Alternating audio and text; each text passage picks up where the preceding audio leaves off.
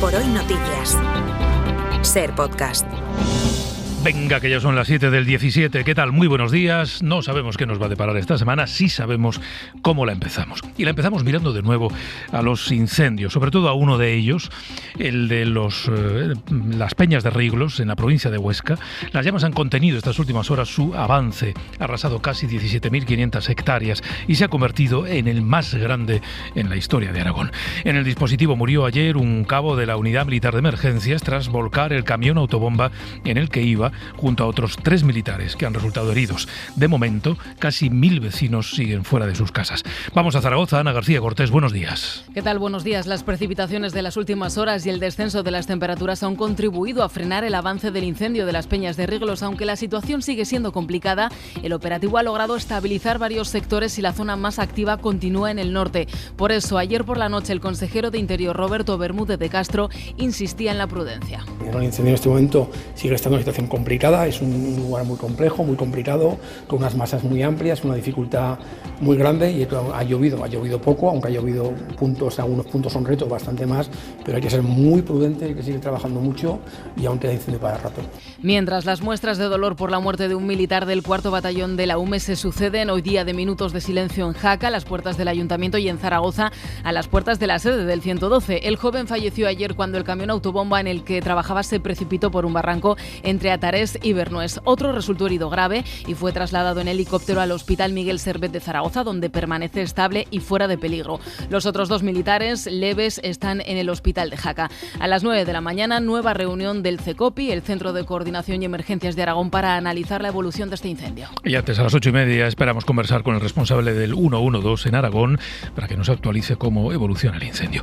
Otro fuego, el de Niebla en Huelva, ha quedado estabilizado, aunque sigue habiendo riesgo de que se puedan reavivar las llamas en algunas zonas. En las últimas horas han podido regresar a sus casas las más de 400 personas que seguían desalojadas, y aunque las perspectivas son buenas, todavía quedan días para darlo por controlado. Juanma Moreno es el presidente de la Junta de Andalucía. Una vez que está estabilizado el incendio, o sea, ya no hay llama, por eso precisamente ya no hay un peligro inminente, ya por eso pueden regresar las personas a sus hogares, pero la extinción definitiva desde el punto de vista técnico no se producirá probablemente hasta semanas después, porque ahora van a ir controlando y van a ir enfriando esa zona de manera paulatina. Y como sucede en Aragón, este incendio se perfila como uno de los peores en la historia reciente de Andalucía, tras haber afectado a unas 38.000 hectáreas. Además, en León ha comenzado el segundo de los 3 días de luto oficial decretado por el Ayuntamiento de Ponferrada por la muerte de 2 mujeres en una troma de agua en Manzanedo de Valdueza el sábado por la tarde. Ay, ¿dónde tu hermano? Mira el coche, mira de tu hermano. Tenían 60 años, estaban en una bodega cuando el agua y el lodo que bajaba por una de las calles la sepultó. Un bebé y un niño de 4 años han resultado heridos leves. Y la información este lunes vuelve a pasar por Ceuta, donde preocupa cada vez más la situación de los cerca de 5.000 migrantes, de ellos casi 2.000 menores, que siguen en las calles y en las playas, en alguna playa de esa ciudad.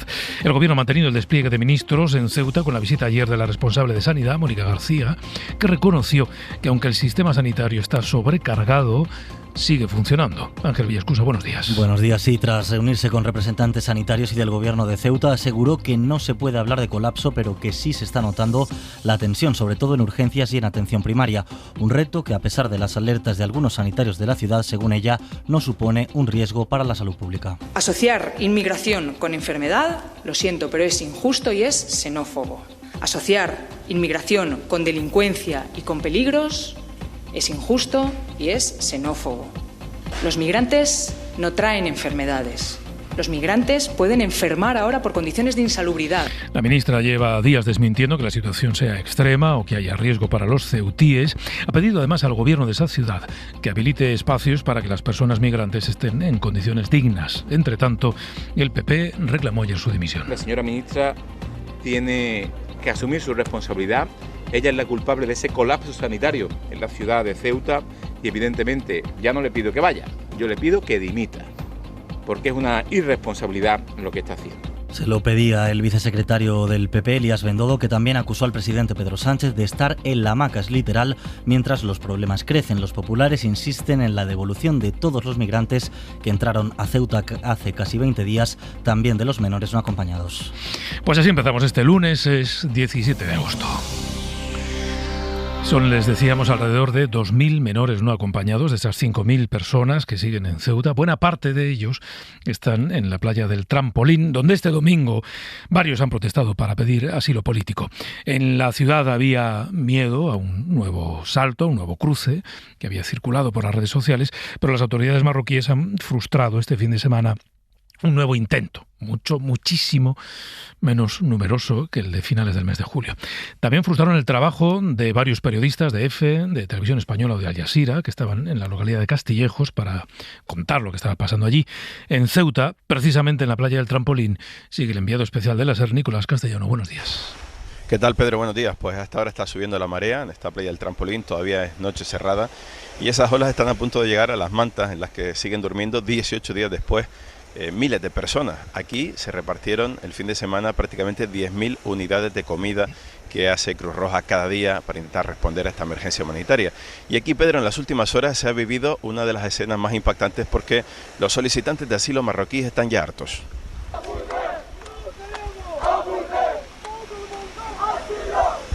Piden asilo, más de 500 solicitudes de ciudadanos marroquíes han sido rechazadas, según ha sabido la cadena SER, y de ellos 28 han renunciado voluntariamente, han ido a comisaría a renunciar voluntariamente a su petición de asilo y se han ido voluntariamente a Marruecos. Han sido unas horas de tensión porque la gente sigue tirada en la calle sin una solución administrativa pública y de hecho los más jóvenes se desesperan cuando van a buscar comida y llegan los voluntarios a repartírsela. Éramos testigos en las naves del Tarajal, en esas explanadas donde duermen hoy otra vez centenares de niños, de cómo se desesperaban y prácticamente se golpeaban para recoger una bolsa con un bocadillo y una botella de agua. Moja, de la asociación de Exmenas, está ya desesperado porque dice que no es la gente del pueblo la que tiene que seguir haciendo esto. Estos chicos todos prácticamente duermen aquí, en las naves, intentan resguardarse donde pueden, cartones, hamaca, tienda de campaña, lo que tengan a mano. Son las fotos, Pedro, 18 días después de las calles de Ceuta que siguen lejos de recuperar la normalidad. Todavía no se sabe exactamente cuánta gente deambula y, como dices, después de un fin de semana en el que Marruecos escenificó que cuando quiere nadie se echa a la mar para cruzar a España. Hoy va a continuar el desfile de ministros en la ciudad autónoma con la visita de la ministra de Migraciones y portavoz El Masaiz, que desde allí va a participar en una nueva reunión de ministros extraordinaria telemática con el presidente Pedro Sánchez para abordar de nuevo esta crisis. Y otras historias en Huelva, en Isla Cristina. 3 personas han muerto, entre ellas una mujer embarazada, su madre y su hijo menor, en lo que apunta a un ajuste de cuentas entre familias, por razones que todavía se investigan. El crimen parece estar relacionado con la muerte a tiros de otro hombre hace casi 2 años. Radio Huelva, Sara Castro, buenos días. Sí, buenos días. 2 encapuchados que circulaban en una motocicleta habrían abierto fuego contra las víctimas en la barriada del Rocío, en Isla Cristina, antes de darse a la fuga. Los fallecidos son una mujer, su hijo menor y la madre de esta. La Guardia Civil investiga los hechos y trata de identificar a los autores, mientras continúa el despliegue policial en la zona. Ahora se investiga su posible relación con el tiroteo del Torrejón de 2024 en Huelva capital, que dejó un muerto y 2 heridos. De la economía, a pesar de que este año las pensiones mínimas han aumentado por encima del 7%, las no contributivas han subido por encima del 11%, casi la mitad de los jubilados de nuestro país recibe una cuantía inferior al salario mínimo interprofesional, una brecha que se ha agrandado precisamente por el aumento del SMI. Estefanía Salvatierra. En España, el 46% de quienes cobran una pensión de jubilación recibe una cuantía inferior al salario mínimo interprofesional, es decir, menos de 1.221 euros al mes.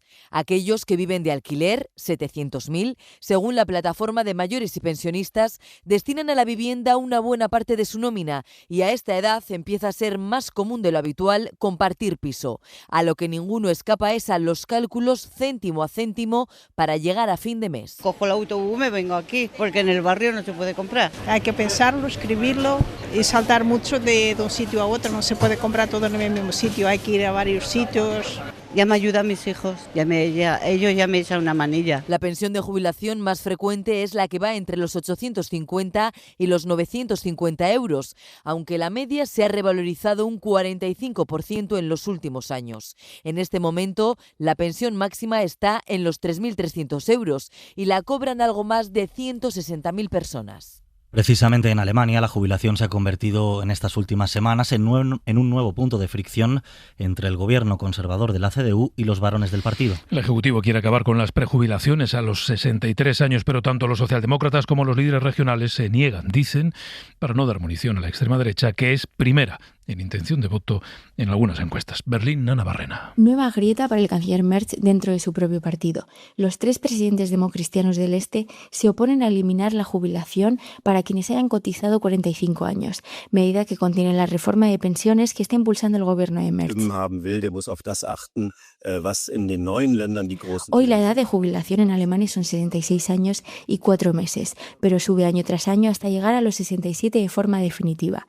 Quienes acumulan 45 años pueden jubilarse antes sin recorte, una opción especialmente importante en el Este, donde se empezaba a trabajar antes y las mujeres tenían una participación laboral mayor. Ellas llegan a la jubilación con 40 años cotizados de media frente a 34 en el Oeste. En el Este, además, hay menos pensiones de empresa y ahorro privado. Se depende más de la pensión pública, una realidad que la CDU Oriental quiere defender mientras la ultraderecha crece. En Sajonia-Anhalt roza el 41% a 3 semanas de las elecciones. Y esta madrugada un nuevo terremoto de 5,8 grados ha golpeado la isla Flores, en Indonesia, sin que de momento se hayan reportado víctimas. Este temblor es una de las réplicas de otro terremoto, el de este sábado, que ha dejado al menos 53 muertos. Las autoridades de Indonesia siguen sin actualizar la cifra de víctimas tras ese terremoto de 7,7 grados del sábado, que ha dejado ya en torno a 5.000 desplazados. Y en Colombia continúan las labores de búsqueda de víctimas entre los escombros del terremoto del que hoy se cumple una semana, ese terremoto de más de 7 grados, que ha dejado casi 300 personas muertas, pero que mantiene a cientos de desaparecidos. Ya no hay opciones reales de encontrar a nadie con vida bajo los escombros, así que las labores se centran en rescatar el máximo de cadáveres posibles.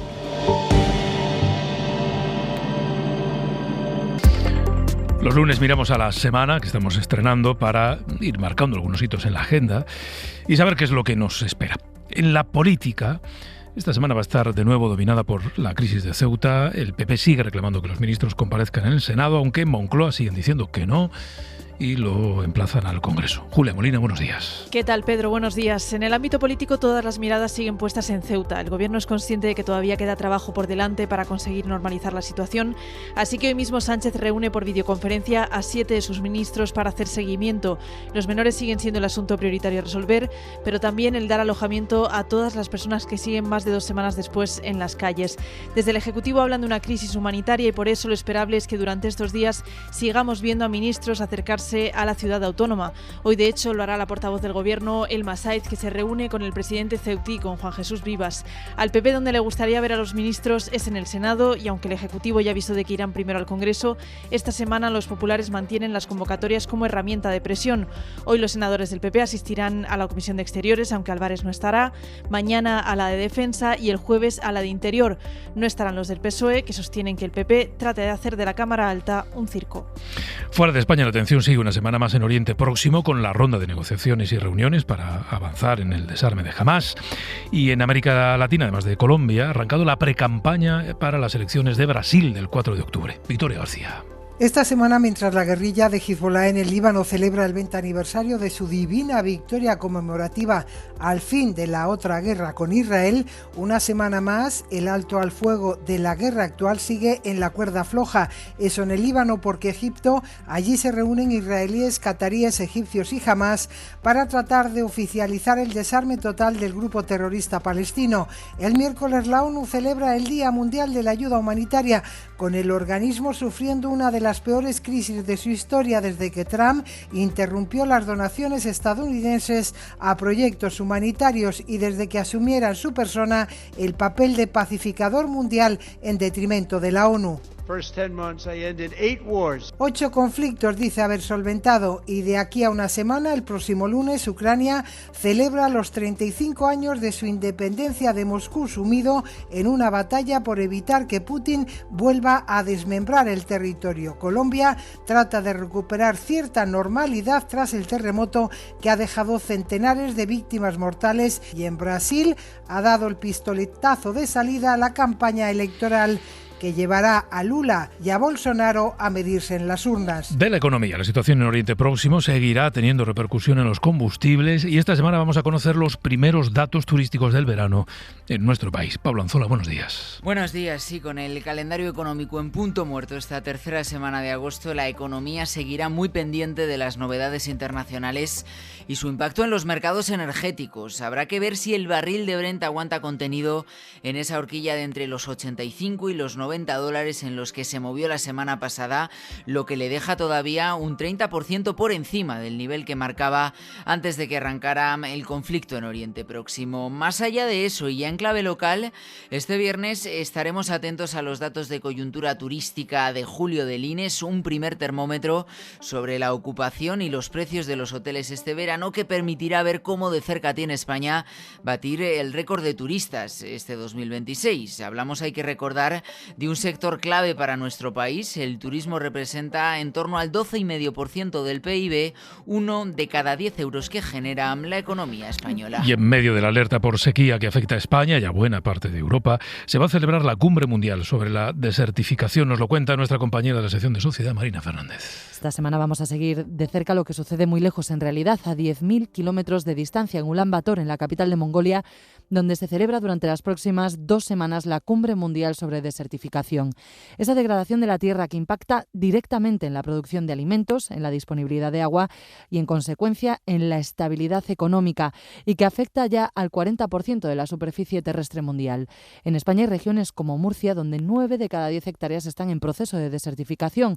Jorge Olcina es miembro del Grupo de Expertos de Cambio Climático de Naciones Unidas. Nuestro país tiene gran parte de su territorio, más del 60%, con condiciones climáticas de tipo árido, semiárido, en diferente grado. Y los incendios no ayudan, aceleran la degradación del suelo. El fuego es otra cara de la misma moneda del cambio climático que va a seguir marcando esta semana la actualidad.